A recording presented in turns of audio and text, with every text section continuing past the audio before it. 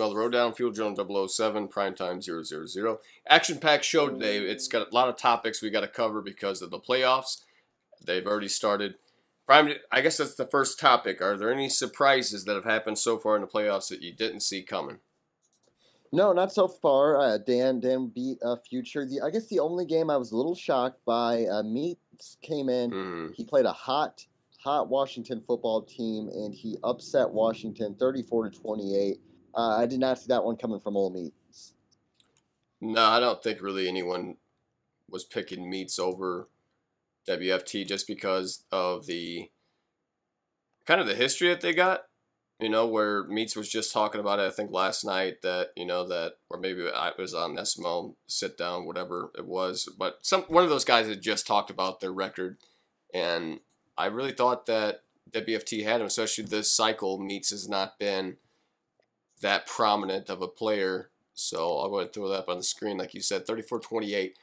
Kyler Murray, Meats gets a lot of flack for his passing, 13-17, 211, 2 tutties.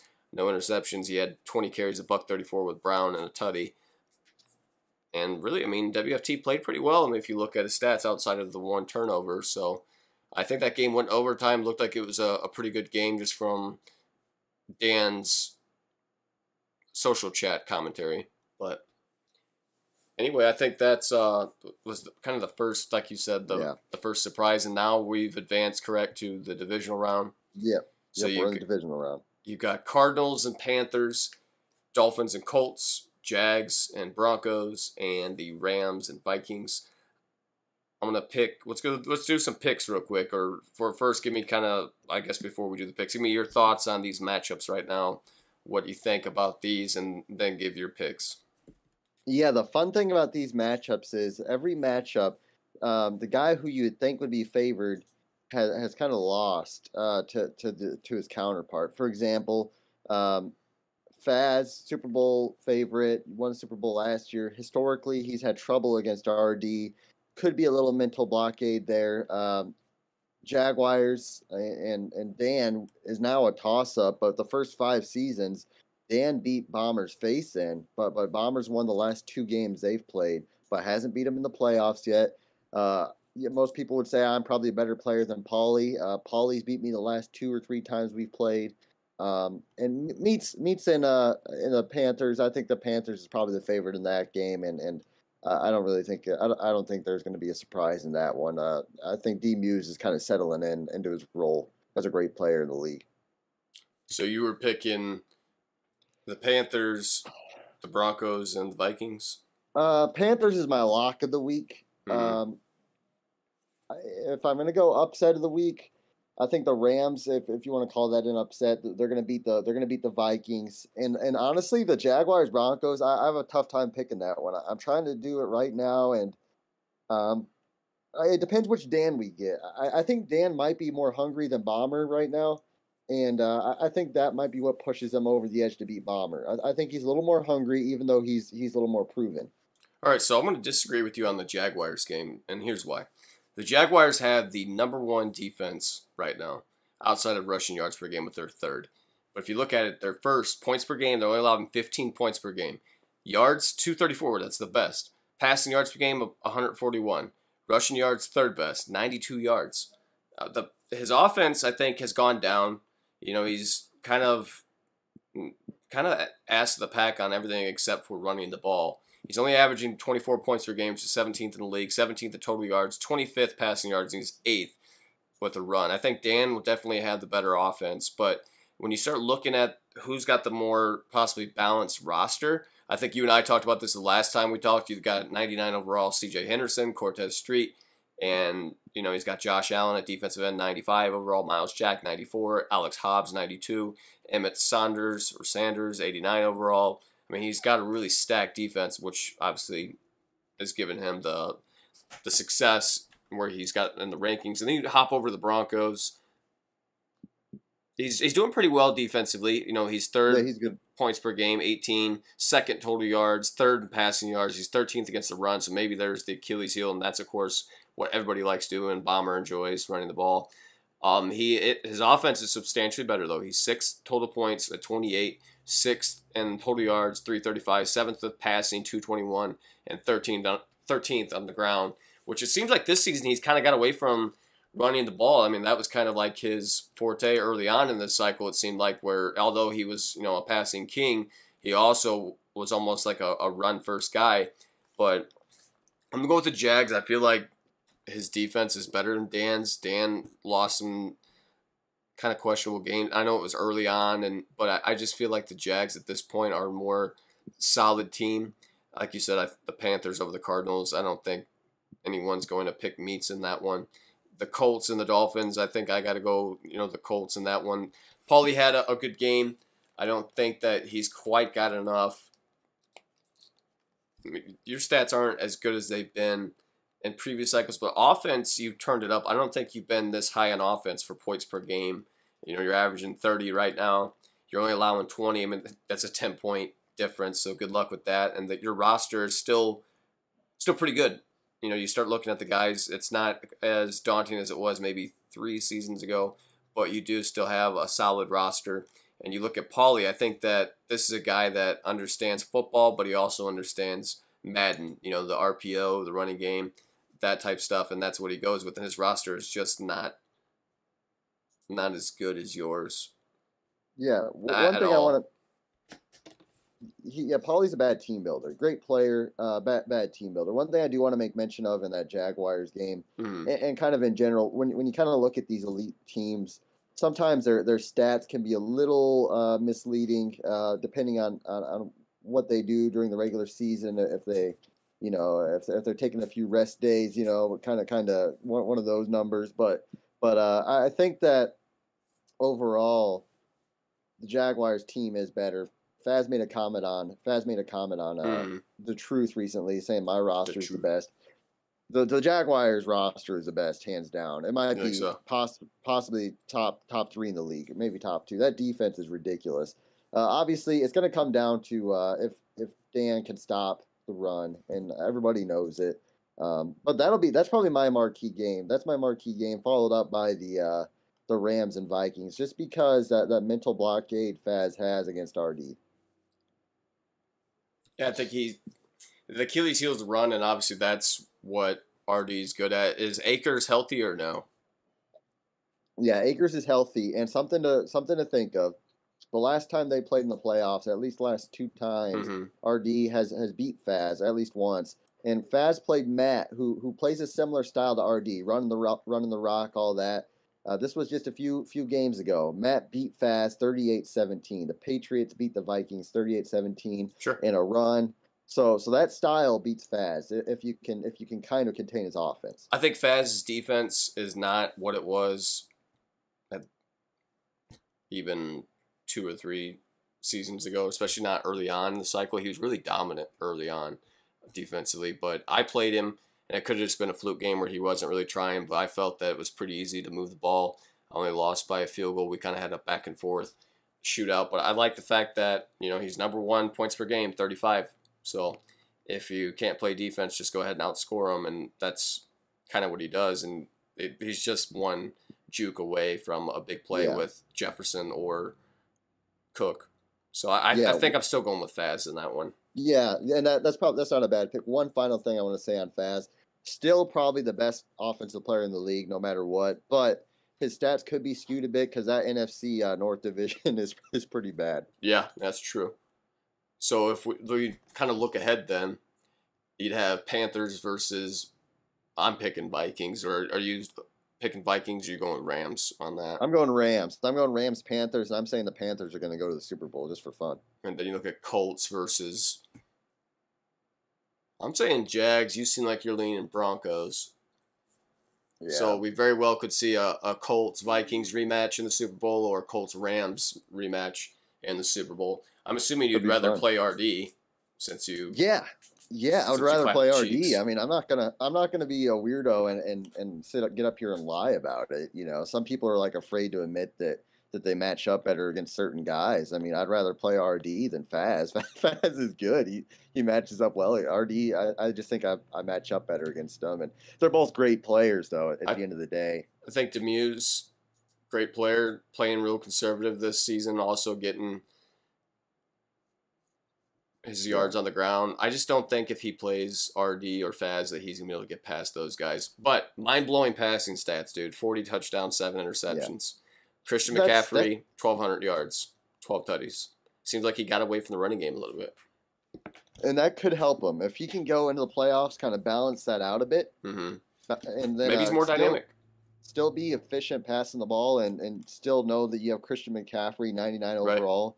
To hand it off. I mean, that could be scary. I mean, he's 14-2 for a reason. A very quiet 14-2, by the way. Yeah, for sure. You know, no one was really talking about anything. I brought it up a few weeks ago. I kind of did an article about it, and then Meats went ahead and polished his knob a little bit yesterday with his new record, little snippets. So definitely an interesting season to go like that, to dominate in the fashion he has and really not get a whole lot of attention. But I think that you call it, you know, the NFC boring, and you call he doesn't say a whole lot. RD Mr. Boring. It's the same thing with Carolina. He doesn't really draw any attention to himself. The only guy that really talks is Faz, but yeah, you call him Mr. Nice Guy, so it doesn't really give you that zest. You know, no one's really looking at the NFC is interesting. So you got the guys that really talk the most, like me, are the guys that are, you know, not even in the playoffs. So the only guy that's a legit, I can't even say legit Super Bowl contender. The only guy that's a contender, the NFC, that there's two guys actually, Meats and Dump. Those are the two guys that if they made it to the NFC Championship game or the Super Bowl, no matter what, Meats, you can say what you want about him as a player. He's a polarizing guy. Right. I don't know why that is. And Dump, I mean, we all know why Dump's polarized. I mean, that dude, he likes to talk. He likes to talk. And that'd be good. I didn't even see the score on that game. My God. Oh, the Rams all over the 40. Jesus Christ, 47-38. And obviously the turnover game was not kind to him. And he was without his running back. Still put up a lot of points, but he was no match for Tua and the boys. Yeah, that was a good game. Huh. Well, I guess the talk only goes so far. You got to back it up eventually. Yes. So when you're looking at Madden 22, a lot of different things being said, a lot of different videos, different opinions going around. Yes. What, I don't really know how to phrase the question. What's kind of your game plan going in, or what are your expectations going in to Madden 22 for the SML, or for your for the SML, and then for your personal, like, your play in the SML? Yeah, so I think there's actually supposed to be some update for scouting, which will be interesting because they say it's gonna reset the leagues pretty much. So like you can't start until the patch is actually out. So you're gonna wait until they do the scouting before you start? Yeah, because otherwise it'll reset leagues anyway. So how long do you think that's going to be? September sometime? They claim September, but you know how that goes. So we might be in for an interesting offseason. What are you expecting with the Colts then? I mean, you got Carson Wentz, you've got some talent out there. Is it just kind of ride with Carson for a year or two and then draft a replacement? Or well, I don't know. I don't know what Carson's ratings are going to be. I'm thinking back to SML last cycle. My last 2 or 3 seasons, I was still very competitive with kind of a poor man's Andrew Luck. He could still get around. He could still throw the ball, and I kind of equal Carson Wentz to a poor man's Andrew Luck. Because Andrew Luck was around 77 overall when I beat the Washington Redskins in the Super Bowl last cycle. So I'm hoping if he has if any of his traits are similar to Luck's, I'll be in good shape, and he could be my quarterback for a long time because he's only like 28 actually in the game, which can get you 4 or 5 seasons. And then you draft a replacement late in the cycle and have a rookie quarterback, rookie contract for the last half, which I think would be fun. Yeah, the problem is Carson has a monster contract, so hopefully he's got mobility and arm strength. In Madden, that's really all that. Yeah, if matters. Not, then he can go. If not, so I guess it just depends on how he looks out of the box. So do you think that Meats is going to take the Chiefs since he always gets that top 3 pick? He needs to. I mean, he needs to. He needs it for his gameplay, so he can win a Super Bowl, or why does he need to? Because he has the mobile quarterback in Mahomes, who's always a scrambler, Mm-hmm. and Mahomes can throw the ball too. So there's no excuse. I mean, that's the ultimate compliment to his game. He's got the deep threat down the field. All he needs to do is draft a running back, which is extremely easy in Madden, Right. and then go defense for the rest of the cycle. That's just a perfect pick for Meats. He had Washington. He took the Cardinals. The last logical team for Meats is the Chiefs. It's just a perfect. It's a match made in heaven, honestly.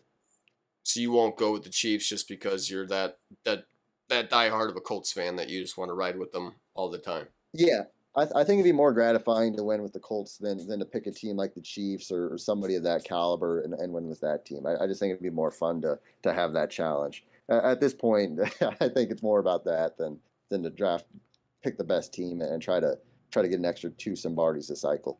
So we kind of talked about the now. We've looked forward. Let's kind of look back for a second on the cycle as a whole. What's kind of been maybe like not necessarily the biggest surprise, but what's been something that sticks out to you for this cycle for the SML? Yeah, a lot of people mention it, but it's fun that there's a lot of different guys that got to win. Dan Mm-hmm. has won one. QB, myself, RD's won one. It'll be interesting to see. I know Paulie brought it up. Like, who's going to win their second? Is there going to be a guy that wins the second Simbardi this cycle? Don't know. And that'll be fun. I think that's a big surprise. I think that also when Bomber kind of came out and he's a relevant player now. Bomber and came he's out? a good. Oh, you mean he broke out as a Yeah, player? yeah. Oh, I'm He sorry. broke out. Yeah. Bomber broke out. He now it's time for him to win. So if this cycle goes without Bomber winning one with that team, I think that would be a surprise as well.